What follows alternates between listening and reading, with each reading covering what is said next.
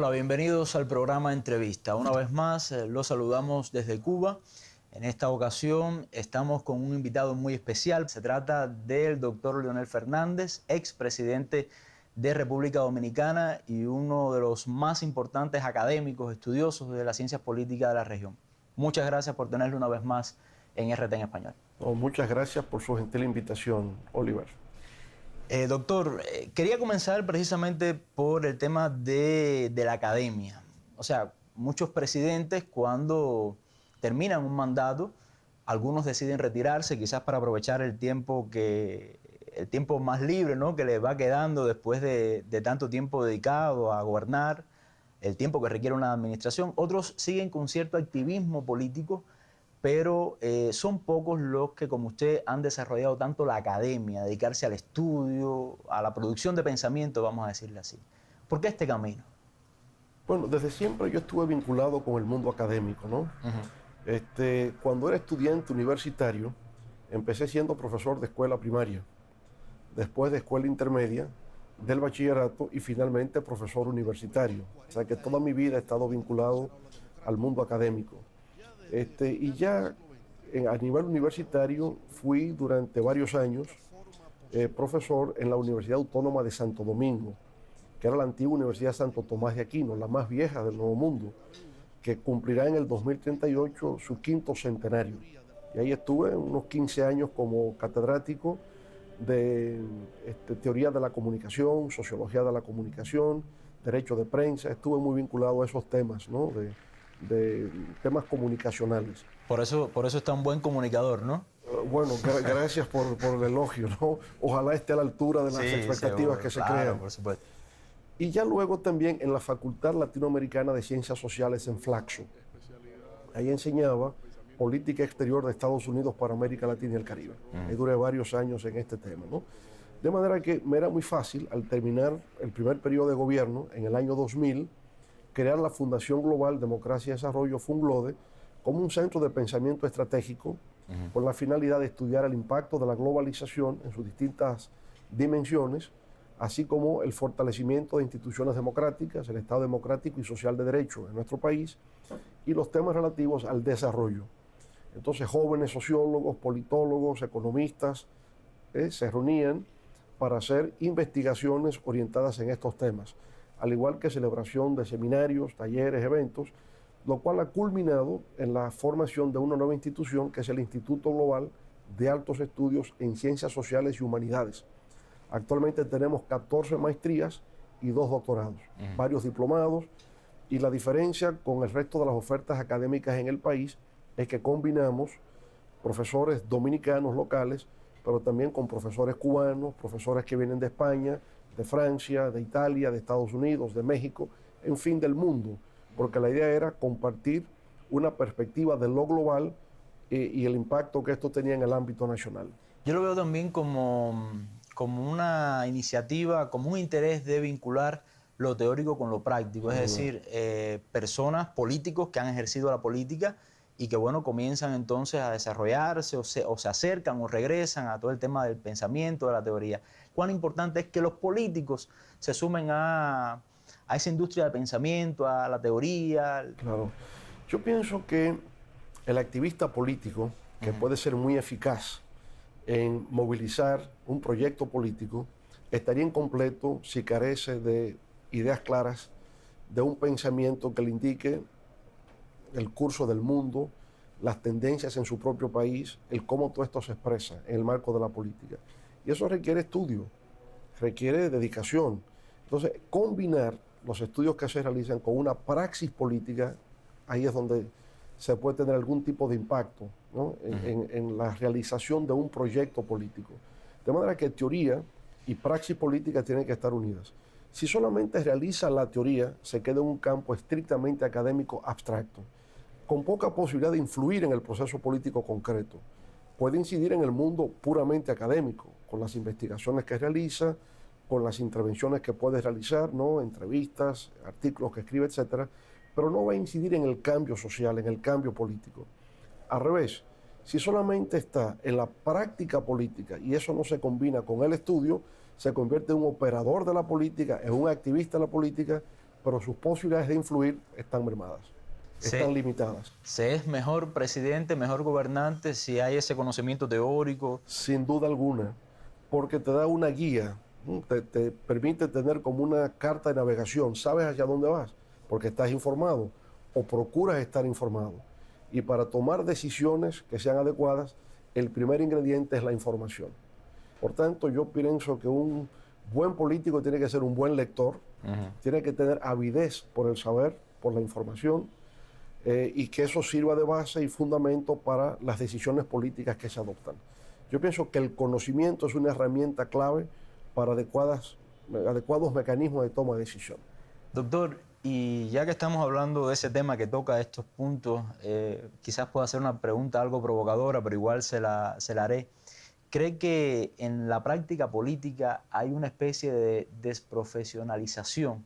Es decir, sucede mucho eso del gobernante, del presidente, del mandatario oculto, preocupado por la lectura, porque realmente se oyen cada cosa y se ven cada cosa que son impactantes. ¿Cuál es su opinión de esa situación actualmente, del quehacer político, de la práctica política en América Latina y en el mundo? Sí, mire, yo pienso que hay muchas formas de aprender y no necesariamente el buen político es el que pasa por la academia.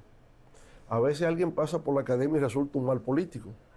Y alguien sin pasar por la academia es un gran político. Y el ejemplo que se me ocurre es el presidente Lula. Lula no tenía formación académica, pero tenía una intuición, tenía un olfato político y además aprendió la teoría política en la participación. Es decir, era un líder de un partido político que le exigía tener algunas lecturas sobre temas relevantes a su participación política. De manera que usted escucha un discurso de Lula y se da cuenta que es una persona que tiene un nivel de formación cultural y política, aunque no pasó por el mundo académico. Porque también la política le permite a uno aprender cosas que van más allá de la universidad. La universidad te enseña, digamos, elementos básicos de adiestramiento para la inserción laboral. Usted aprende una profesión.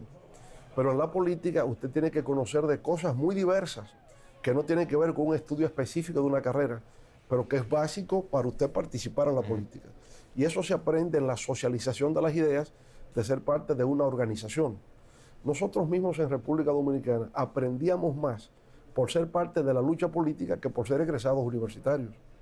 Aprendíamos más en el debate fuera de las aulas que dentro de las aulas, pero era porque participaba en el quehacer político.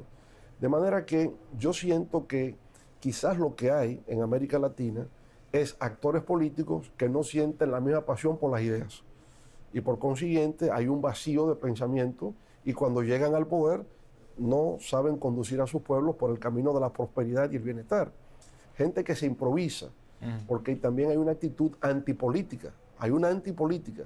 Entonces se improvisa coyunturas de crisis que se dan en un país determinado, aparece el demagogo del momento, ¿no?, que se monta en el poder y ya luego no sabe cómo gerenciar. Y el país entonces entra en una fase peor de la que estaba cuando eligió a esa persona. A ver, en su trabajo académico siempre ha potenciado mucho el desarrollo de profesionales, el intercambio dentro de América Latina. Usted lo decía, ¿no? Profesores de Cuba, profesores de México, profesores de otros países latinoamericanos. ¿Cuán importante es para América Latina, doctor, comenzar a verse con sus propios ojos, teorizar sobre su realidad, mirar al mundo desde tesis propias, desde ideas propias? ¿Cuán importante es? Eso es muy importante, el, digamos, tener una identidad latinoamericana, un pensamiento latinoamericanista que nos permita identificar nuestra propia singularidad, nuestra peculiaridad en un mundo globalizado. Afortunadamente eso lo hemos tenido. Siempre ha habido grandes pensadores latinoamericanos. Aquí en Cuba, por supuesto, ¿no? José Martí es la gran expresión de todo eso. Digamos, desde la formación de la nación cubana. Pero un líder de la dimensión de Fidel Castro fue muy influyente en América Latina y en el mundo. No solamente porque era un actor político, porque era un gran pensador de la política. Y todos sus discursos, en sus discursos uno ve pedagogía política. Fue un gran maestro de la política. En el caso nuestro en República Dominicana, por ejemplo, hemos tenido grandes maestros.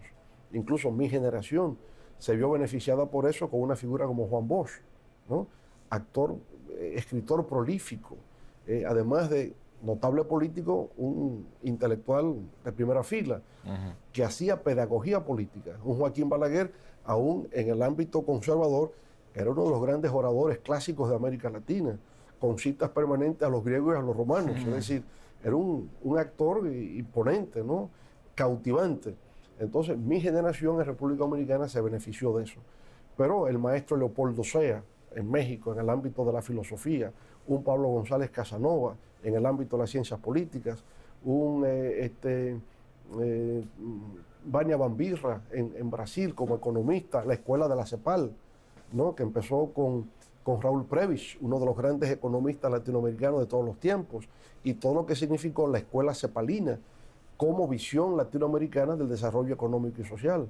De manera que siempre hemos tenido pensadores en el ámbito económico, en la sociología, en las ciencias políticas, muy importantes, que nos han permitido tener esa visión latinoamericanista de los problemas globales y de los problemas regionales. Ahora, se ha explotado al máximo esa riqueza de pensamiento y de pensadores, porque a veces, y así muchos lo piensan, en las universidades latinoamericanas todavía prima la visión europea de la teoría, de la filosofía, de las ciencias políticas o norteamericana, para vernos hacia adentro y para ver hacia afuera también. Bueno, siempre hay una interacción. Nadie es absolutamente lo suyo, sino que hay un intercambio continuo de ideas de las cuales se forma parte.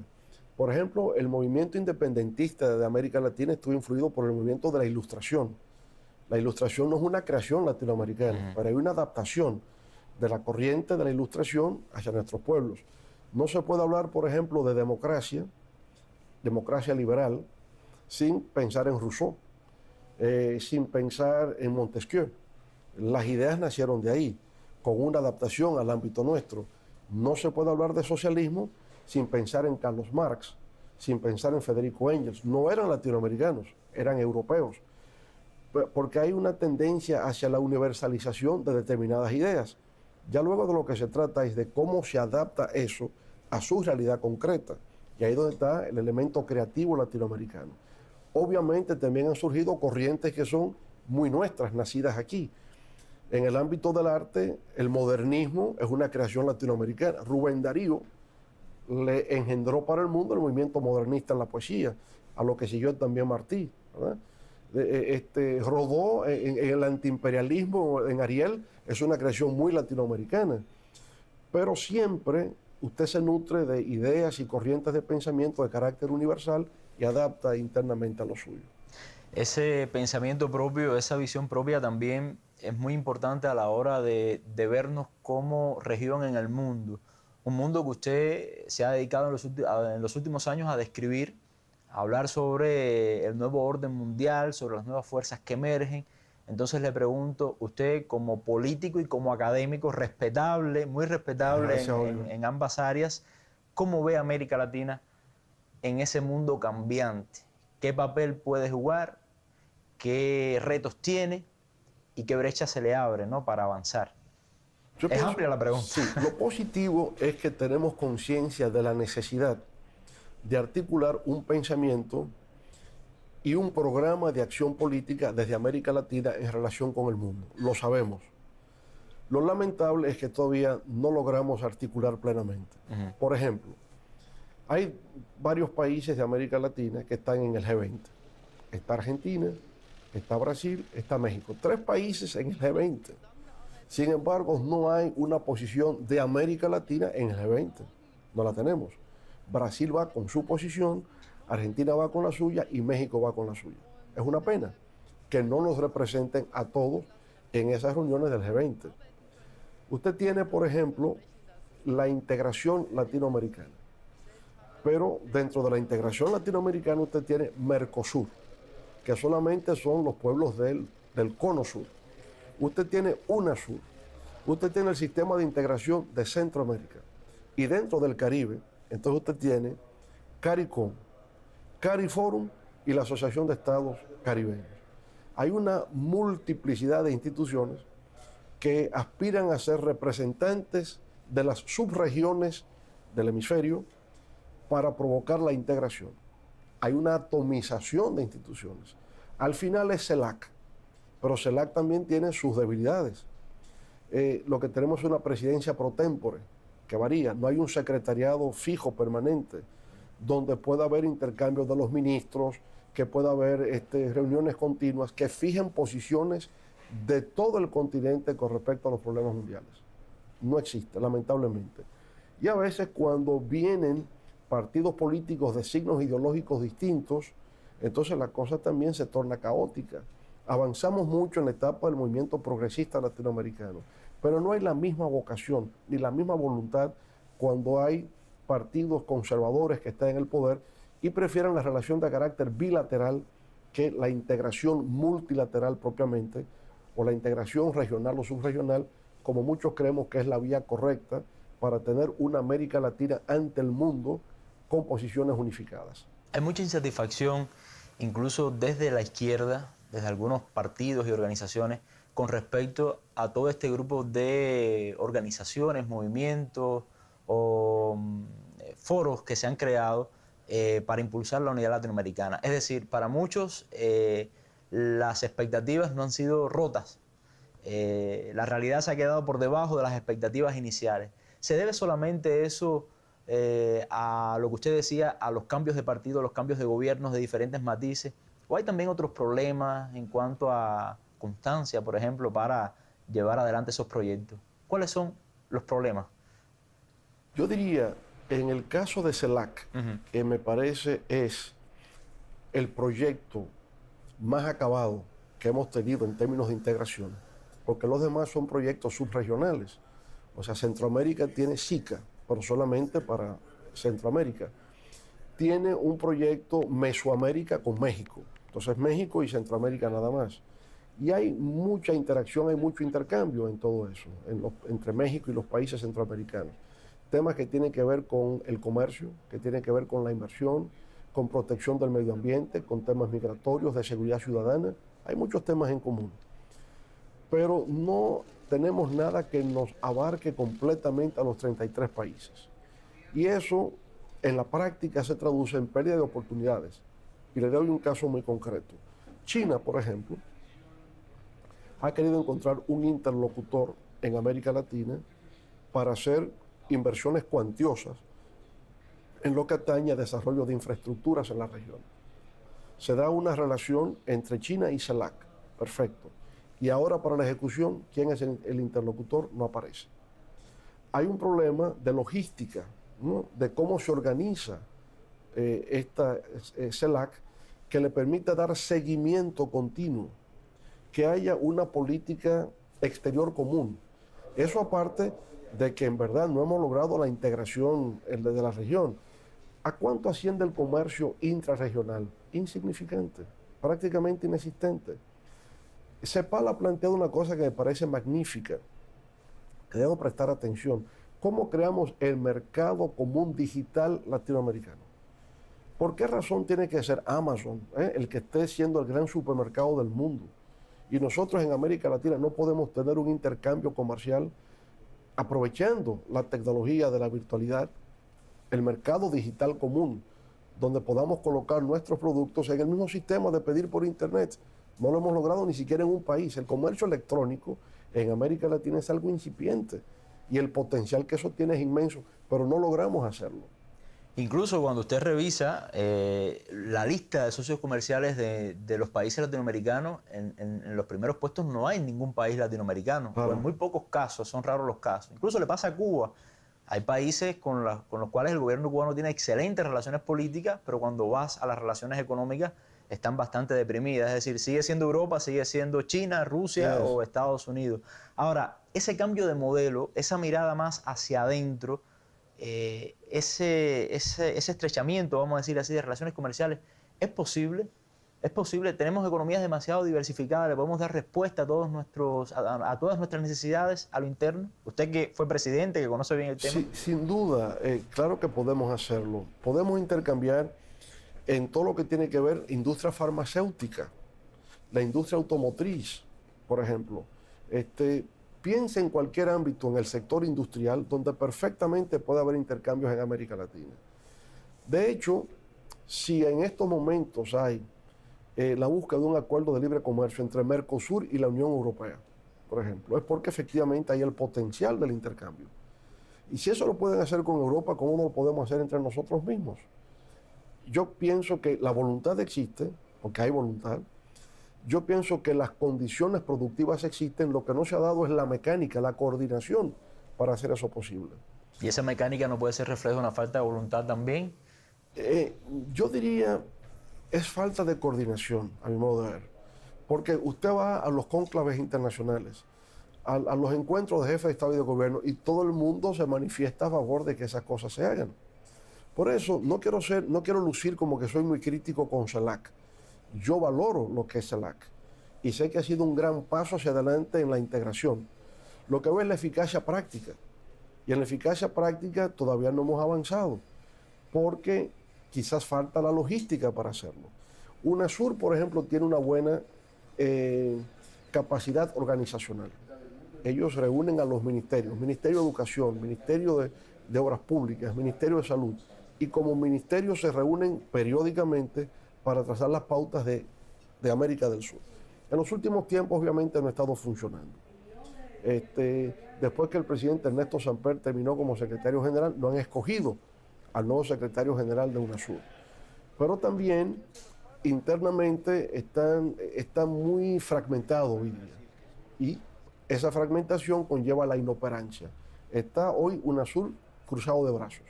Bueno, pero si América del Sur es el gran peso de toda América Latina y el Caribe, si eso no está funcionando, el resto tampoco. CELAC tiene un aspecto que me parece muy relevante. También es un espacio de diálogo político y concertación. Por tanto, ahí podemos reunirnos, discutir los problemas políticos de la región y construir un consenso para dirimir nuestros conflictos internos, que generalmente suelen ocurrir. A mí, por ejemplo, me afecta mucho como latinoamericano ver a Bolivia peleándose con Chile en el Tribunal Internacional de La Haya por un problema de disputa territorial y acceso al mar. Es un tema que nosotros, los latinoamericanos, deberíamos resolver. O sea, nosotros debemos vernos como pueblos con lazos fraternos y solución de conflictos en el marco de ese espacio de diálogo latinoamericano, sin tener que recurrir a instancias jurisdiccionales externas a nuestro ámbito hemisférico. Bueno, pero esa es la realidad que tenemos hoy día. Aspiro a que en algún momento podamos superar eso y podamos entendernos entre nosotros mismos. Doctor, y en esas potencialidades, en ese esquema ideal de una América Latina hacia adentro, los países pequeños, los países, vamos a decir en cierta medida quizás más pobres, con menos recursos, estoy hablando por ejemplo de Cuba, de los propios países caribeños, ¿qué papel pueden jugar? ¿Cuánto pueden aportar a esta idea, a esta perspectiva, ¿no? Sí, yo diría que también mucho. Por ejemplo, usted toma un país como Cuba. Cuba es un ejemplo en muchos aspectos, ¿verdad? A pesar de que es pobre, relativamente pobre en comparación con las naciones ricas del mundo y de la región, sin embargo, el potencial del conocimiento que se genera aquí. Aquí hay polos científicos. Aquí en Cuba se inventa una vacuna y esa vacuna contribuye a solucionar problemas de salud, no solo en Cuba, sino a nivel mundial. Ustedes tienen centros de formación de alta tecnología, jóvenes con talento, con una proyección internacional. Entonces, lo que aparentemente es debilidad, sin embargo, hay un gran potencial. Ahora, si usted suma Cuba, República Dominicana, Trinidad y Tobago, Jamaica, todo esto, digamos, tiene un gran peso. Está en nuestra capacidad para seguir avanzando, sobre todo en esta etapa de economía del conocimiento. Y el conocimiento se mide por la capacidad de generar conocimientos aplicados que pueden ser rentables mediante registro de patentes. Y ese es el futuro que debemos nosotros seguir, en base, digamos, a nuestra propia realidad, al conocimiento que nuestra realidad nos invoca a crear, solucionar los problemas nuestros. Yo doy un ejemplo de algo que me llamó mucho la atención estando en Ecuador un tiempo atrás, en la Universidad de Loja. Hay unos jóvenes, ninguno de los cuales llegaba a 35 años de edad, doctores en bioquímica, en biomedicina, etcétera, estaban realizando unas investigaciones científicas de un árbol de la localidad de donde la población indígena extraía una pasta que le servía como pasta de dientes. Y ellos observaron que en esa población indígena nadie tiene caries, absolutamente nadie tiene caries. Y querían saber cómo era posible eso. Y descubrieron que efectivamente esa masa que genera ese árbol producía una pasta dentrífica que servía para prevenir las caries.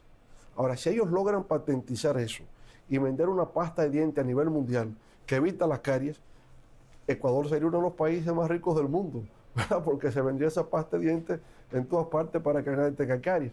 Por supuesto, van a arruinar a todos los dentistas, pero es mejor salvar a la humanidad que tener solamente un grupo que pueda sacar beneficio a su profesión. Yo creo que los dentistas siempre se las arreglarán para sobrevivir, así que no creo que esa pueda ser la preocupación. Ahora, ¿es usted optimista, doctor?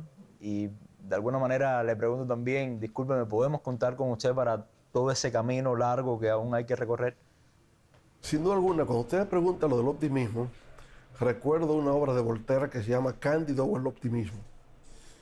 Hay un personaje que se llama el doctor Pangloss, y le preguntan, doctor Pangloss, ¿cómo usted ve el mundo? ¿Cómo usted se siente? Y él dice, mire, yo tengo narices para respirar y efectivamente respiro. Tengo oídos para escuchar y efectivamente escucho. Y tengo boca para hablar y efectivamente hablo. Decir que las cosas están bien no es hablar correctamente, las cosas están lo mejor posible. Bueno, yo no llego a ese nivel de optimismo, pero pienso que la vida es lucha. Es una lucha constante entre luces y sombras, entre deseos de progreso y fuerzas que retienen. Pero la humanidad avanza constantemente, aunque a veces hay rezagos y hay retrocesos. Pero el destino de la humanidad es el avance continuo. Desde ese punto de vista yo me siento optimista. Y me siento muy optimista cuando vengo a Cuba y veo una juventud estudiosa, una juventud inteligente, que se da cuenta de la importancia y el papel de las ideas, el sentimiento patriótico que se tiene, la capacidad para enfrentar todas las adversidades, todos los obstáculos, todas las precariedades y saber que por delante siempre hay un futuro mucho más luminoso.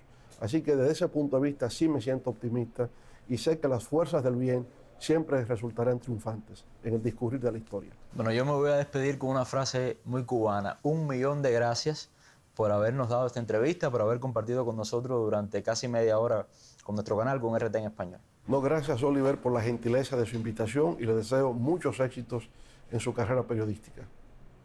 A ustedes muchas gracias también por habernos acompañado. Nos vemos en un próximo programa Entrevista.